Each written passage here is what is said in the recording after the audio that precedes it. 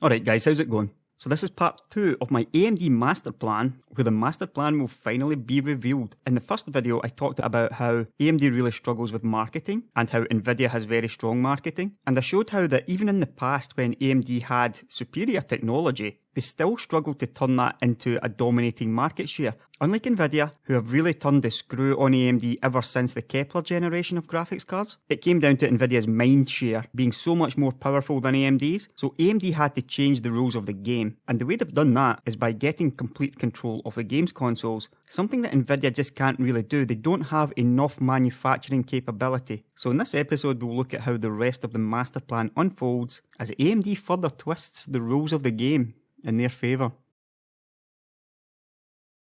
What you're looking at here is Activision Blizzard's financial report for the year ended December the 31st, 2015. The important numbers are on the left hand side. Online with 1 in brackets means everything to do with World of Warcraft, which is a massive game as you probably know. That came in at $851 million last year. Now that includes merchandising and the online subscription cost as well as expansion pack sales. All other PC comes in at only $648 million. Now I'm saying only, obviously that's still an awful lot of money, but if you compare that to the next gen consoles below at almost $1.5 billion, and then the prior generation, your PlayStation 3 and your Xbox 360 and Wii at almost $900 million, the total console is way ahead. Now the important thing to realise here is your PlayStation 4, your Xbox One are of course based on AMD's CPU and GPU architectures, and here we have Electronic Arts financials. This was the last 9 months up till December 31st last year, and here you can see the total console game sales at over $2 billion, whereas PC was only $619 million. So console sales are more than 3 times larger.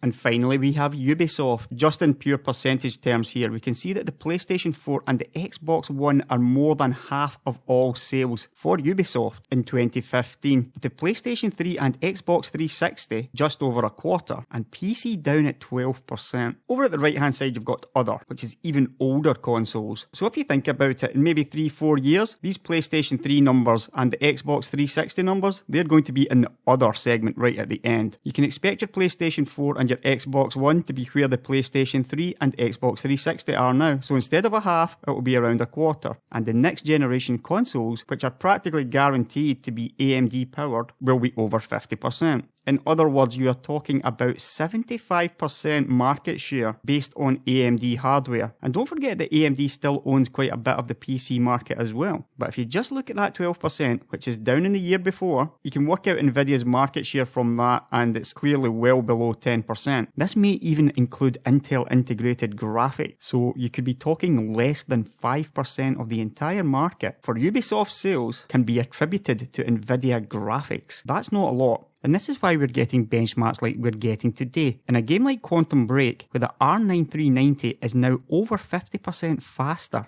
than the GTX 970. The majority of this is simply down to the game being developed on AMD hardware rather than Nvidia. Think about it, it makes no sense to develop games using Nvidia hardware anymore. In the recent past, Nvidia was practically guaranteed to be the developer's graphics cards of choice. Now you would never use Nvidia. You'd be developing games for AMD hardware using Nvidia cards. You simply wouldn't do it. So what you're seeing now is games developed on AMD hardware and not running all that well in Nvidia hardware, which is a complete reversal from what we had even 3 years ago. And for Nvidia, the situation is just going to get worse.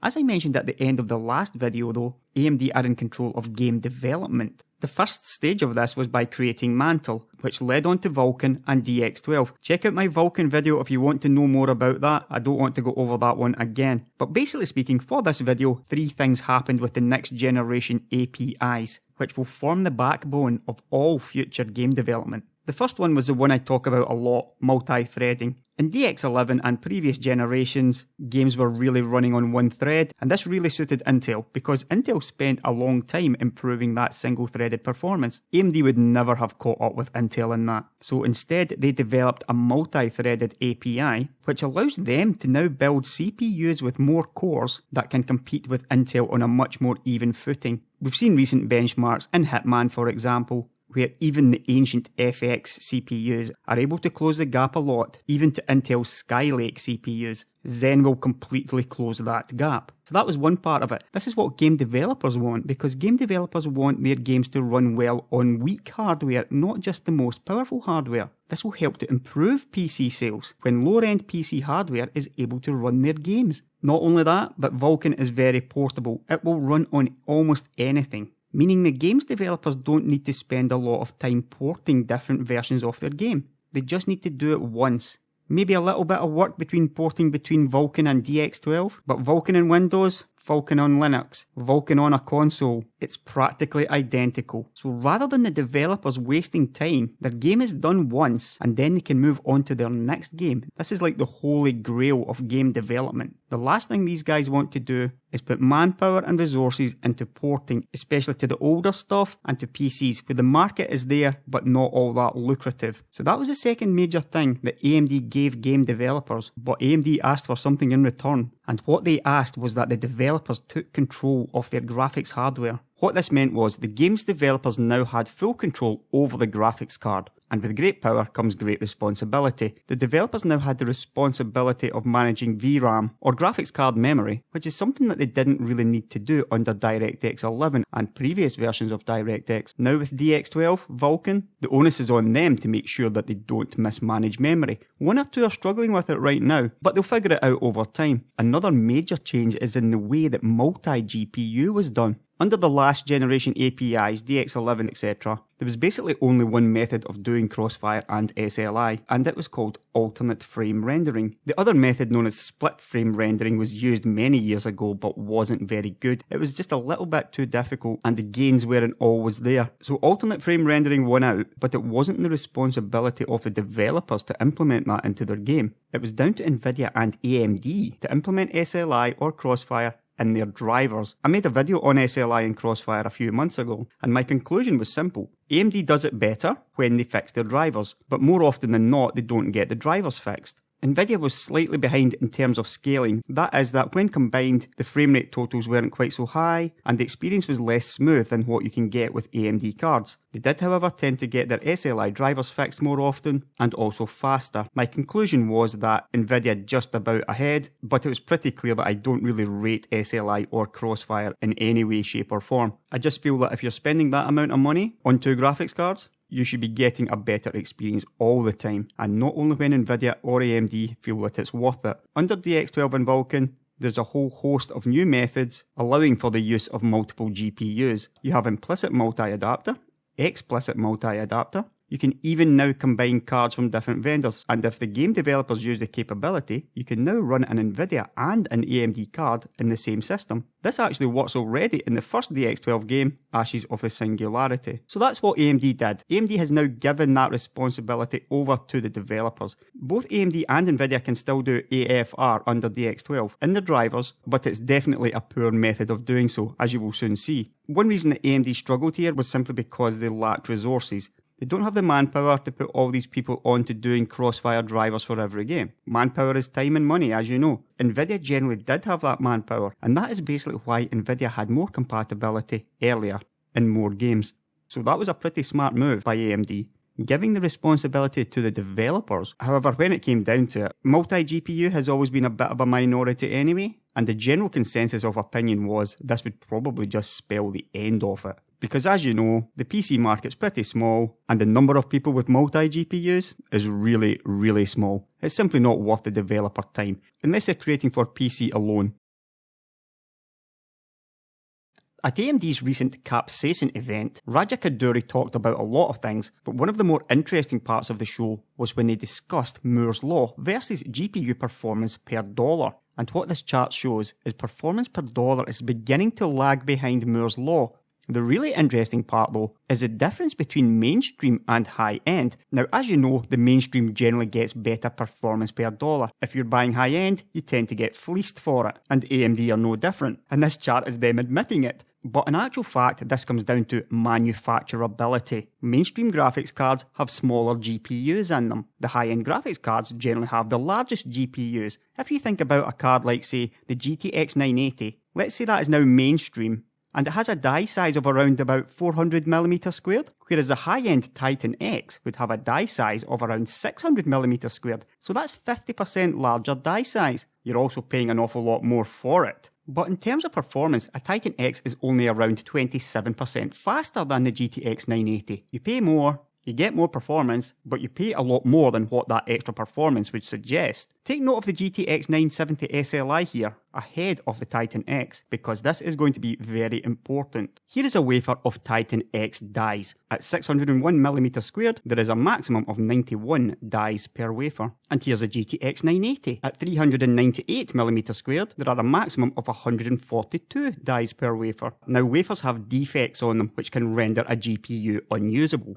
In this case, the little black dots are defects. For the sake of this here, we will say that anytime a black dot touches a part of a GPU, the GPU is unusable. So here are 50 defects on the Titan X wafer. Now here is a GTX 980 wafer, once again with exactly 50 defects on it. If you now colour the defective dies black, those 50 defects on the wafer only leave 45 good Titan X dies. So that's just under 50% yield, or slightly more than half of them are bad. With the GTX 980 wafer though, we can see that relatively there is much less black, and those same 50 defects still leave 94 good dies on the wafer. So in this case, the same 50 defects has rendered around about 1/3 of the wafer unusable. As you can see, smaller die sizes are much more manufacturable, and as process nodes get smaller, as we move from 28nm down to 14nm, down to 10nm and beyond, defects just continue to get worse. It is getting more and more difficult to manufacture these larger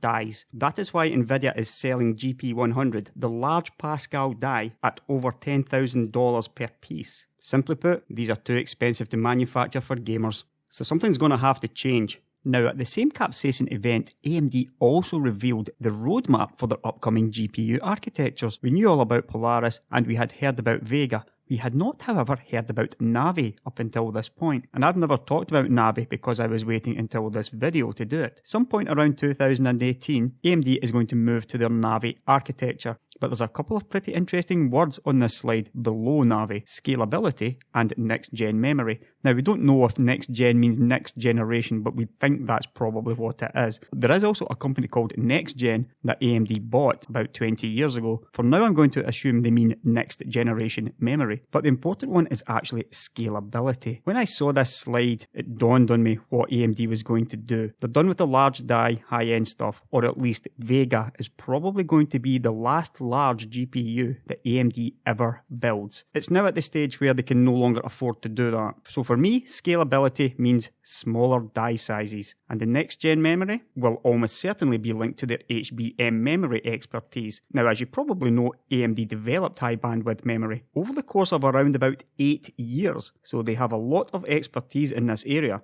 And along the way, they picked up the expertise of putting multiple dies onto an interposer. An interposer is simply a large piece of silicon holding multiple dies, for example, a GPU and HBM memory. There is nothing stopping an interposer from holding more than one GPU. And this is the route that AMD is likely to take. So no more large dies, and instead multiple smaller dies on an interposer. There is an issue with this though. If you've been watching my videos for a while, you will know that I am not a fan at all of multiple GPU setups. So that's SLI and Crossfire. The main reason for this is there has never been good software behind the hardware. So even though two smaller dies, remember the 970 SLI, faster than the Titan X? Even though that happens in some games, the actual technology behind it is somewhat flawed because it increases latency due to the method known as AFR, or alternate frame rendering. It's good for getting high maximum frame rates, however, the experience is often worse due to the additional latency. Not only that, but as time goes on, fewer and fewer games are actually using SLI or Crossfire. There was an article on it over at Anandtech, which we'll have a look at now. AMD had been expected to release their dual Fiji Gemini video card at some point towards the end of last year, but that didn't happen, and an excellent article over at Anandtech explains why. Ryan Smith, the author and owner of Anandtech, had done a lot of testing previous to this, and what he had found in his testing disappointed him. To cut right to the chase, based on his preliminary planning, things were, and still are, looking troubled for the current state of AFR. Game compatibility in one form or another in recently launched games is the lowest I've ever seen it in the last decade, which is rendering multiple multi-GPU setups increasingly useless for improving gaming performance. Basically speaking, Ryan had decided that he was going to tell AMD that this card would get a very poor rating and review simply because of the current state of AFR. He also has a compatibility chart showing a bunch of issues with current AFR. Batman, Just Cause 3, not AFR compatible, neither was Anno 2205. Fallout 4 had a 60 FPS cap tied to the game sim speed. Same with Metal Gear Solid. The only 2 out of the 7 games he tested that were AFR compatible were Star Wars Battlefront and Call of Duty Black Ops 3. That's really not great considering that you are paying double the money for 2 cards, and in half of the games the second card simply doesn't work. The issue appears to be certain effects, which work fine with one graphics card,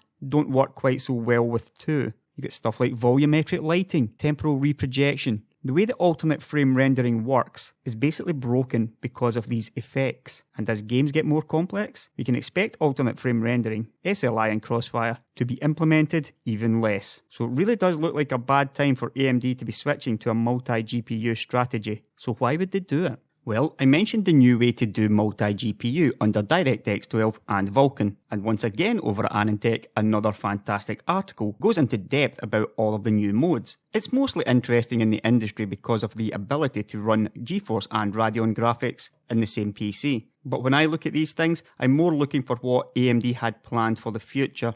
And around the middle we find one called Explicit Multi-Adapter Unlinked GPUs, which works across multiple discrete and or integrated and discrete GPUs. So in other words, you could actually use the integrated graphics on your CPU along with multiple discrete graphics cards. You could basically have an Intel CPU's integrated graphics, an Nvidia graphics card, and an AMD graphics card. And using this explicit multi-adapter, unlinked, you could actually use all 3 elements together. There are various ways to do this. For example, you could have both the graphics cards do the main work, while the integrated graphics did stuff like post-processing. And in this example here, using the DX12 Unreal Engine, the difference between using discrete only and discrete and integrated is around about 10%. But that's still not the one I was interested in. The one that is most interesting to me was this, explicit multi-adapter with linked GPUs. And what they say about it is, linked mode is by and large the equivalent of SLI Crossfire for AMA, which is explicit multi-adapter, and is designed for systems where all GPUs being used are near identical. Very interestingly though, within linked mode, all of the GPUs are pulled and presented to applications as a single GPU.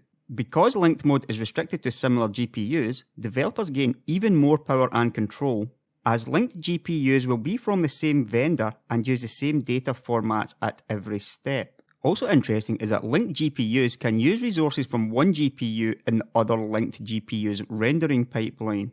And just as important, there are multiple command processors per engine and memory regions. So if you're a game developer, you basically see one GPU, but multiple memory regions and multiple command processors. Now, if you watch my asynchronous shaders video, I did say that asynchronous shaders is mostly hype, but it is also the future. And this is how asynchronous shaders are the future. We will have multiple smaller GPU dies, which just looks like one to the developer, with the difference of separate memory pools, multiple command processors, multiple asynchronous compute engines. Effectively, we're talking about a new way of rendering graphics, just having the multiple memory regions alone. All of those command queues allowing you to set up compute tasks, graphics tasks at the same time. This will help to solve most of the issues with alternate frame rendering, which means Crossfire and SLI will be much more viable. But let's get real here. We are still talking about a tiny minority of the PC market, which in itself is a very small minority. Why would developers bother with it? And sure, this is the way forward for silicon. Smaller die sizes mean more profits, cheaper GPUs. This is what all of the industry wants. Intel and Nvidia will also be lapping this stuff up. Especially Intel. There is nothing more important to Intel than shrinking die sizes.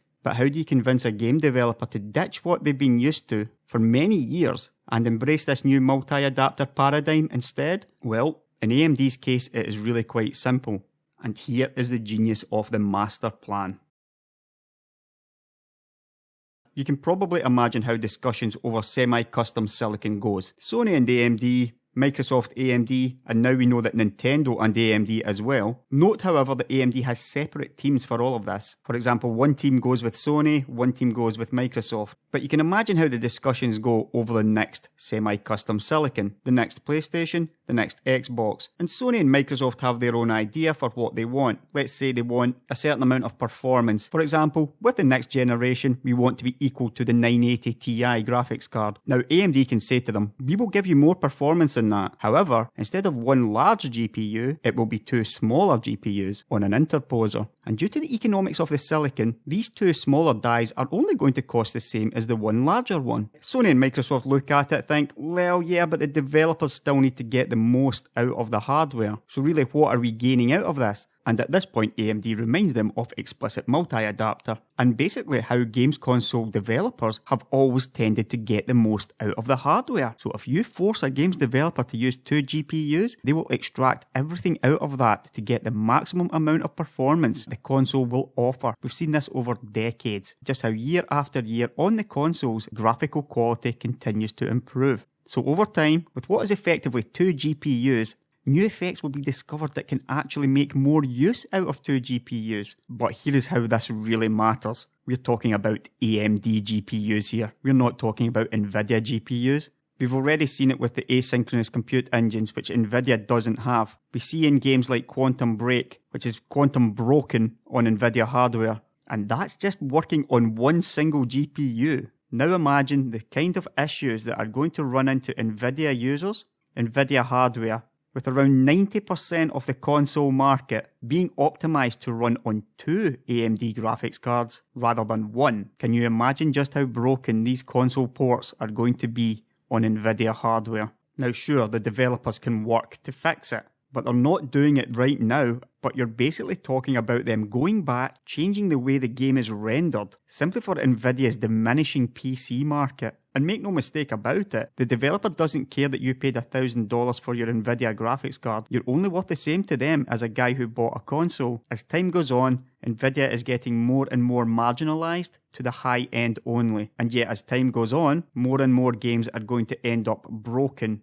on NVIDIA hardware. I talked with the Wrath about this a month ago, just over a month ago in my Tech v Tech video, where he mentioned I think I should talk about AMD's plan to make the industry go their way, and that you don't put ACE units in your architecture knowing that they are not going to be used. Mantle is a turning point, you know it, I know it, I completely agree. However, to me it was all about the whole multi-threading thing. It has been part of a master plan, and we're only now beginning to see the fruits of it. They have completely changed the rules of the game, but what it really comes down to is the technology. AMD had the technology to win the console business. NVIDIA doesn't have it. And like I said in the previous video, even if they did have it, NVIDIA can't afford the margins on the consoles. Intel's got the CPU, but their graphics are a joke. This stuff is really, really difficult. AMD and NVIDIA are a mile ahead of Intel when it comes to graphics, but NVIDIA is being squeezed into the high end, and the real problem for NVIDIA now at the high end is that with Navi scalability, what this really means is that you will have a certain level of hardware in a games console. Obviously that's going to be AMD hardware, but on the desktop at the high end, you can also have a dual graphics card, which is effectively based on identical technology, just faster. So imagine Navi, which is twice the speed of whatever is in the PlayStation 5, the Xbox Next. AMD doesn't need to do anything. Console games will be automatically developed for Crossfire, and at the same time will be pretty much broken on NVIDIA. With Mantle, DX12 and Vulkan, AMD got rid of the driver monkey on their back. That control was given to the developers, and now, with a multi-GPU strategy based on AMD hardware, they basically force the game developers to use Crossfire, at the same time breaking NVIDIA graphics completely. It is genius, and in terms of market domination moves, this is going to make GameWorks look like child's play. But be sure of the difference. This is the way the industry has to go. Smaller dies are required. Companies cannot continue to make larger graphics chips on new nodes. NVIDIA can only do it with Pascal because they can sell it for $10,000+. AMD can't do that. They need to change the industry to stay alive. And that's what they've done. And what they will say is, we simply gave the developers what they wanted. It's up to the developers. And simply put, the developers wanted the cheap hardware, the multi-threaded CPUs, the software ecosystem that NVIDIA couldn't provide. And now NVIDIA will be putting out fires constantly, unbreaking, broken games on consoles, and to be frank, I can't see a way out of it for them. As I talked about in the first video, AMD didn't really get their just rewards. 7, 8 years ago, they had the hardware, but they just didn't have the mindshare. With this, they don't even need the mindshare. It's completely changed, yeah? AMD is in complete control of gaming. There is so much that I could talk about with this. I haven't even discussed how virtual reality works better with 2 graphics cards either. So there is even more incentive for Microsoft and Sony and Nintendo to actually want these 2 separate dies. Lower latency, higher performance, this is just the way ahead. The final nail in the coffin here for Nvidia, once we get to 10 nanometers, AMD could have 4 small, tiny 100mm squared GPUs, effectively running just as fast as one 600mm squared GPU, except 100 times more manufacturable. And that's the real end game. The fact of the matter is, this isn't even about AMD and Nvidia. This is more about AMD and Intel. There's not that much money in graphics, but there is a lot of money in CPU. AMD wants Intel's billions, and the way they do it is through gaming. Nvidia knows of no future. This is why Nvidia spends so much time and money trying to get out of gaming with stuff like automotive, artificial intelligence, high performance computing. They want to get out of gaming as fast as they can before they are kicked out of it. I had toyed with the idea of maybe Intel and Nvidia merging in order to prevent something like this, but it's already too late. I'm not even sure that Intel could afford to buy Nvidia any longer. Maybe some kind of merger there, but they're going to be up against a history, the backward compatibility, just the fact that the game developers are now attuned to programming for AMD's hardware. This is stuff that will take years to break down again. One thing is for sure, the next 2 or 3 years are going to be very, very interesting to watch indeed. Right, I'm going to wrap this one up. It has been an epic. I have been losing sleep over this one, and it seemed to have gone on forever. I'm pretty sure there's going to be a lively chat over it. I could also be wrong. I guess we will find out soon. But when the first piece of evidence comes of AMD using multiple GPUs in a games console, you will know that the final phase of the master plan is in full swing. I'll catch you later, guys.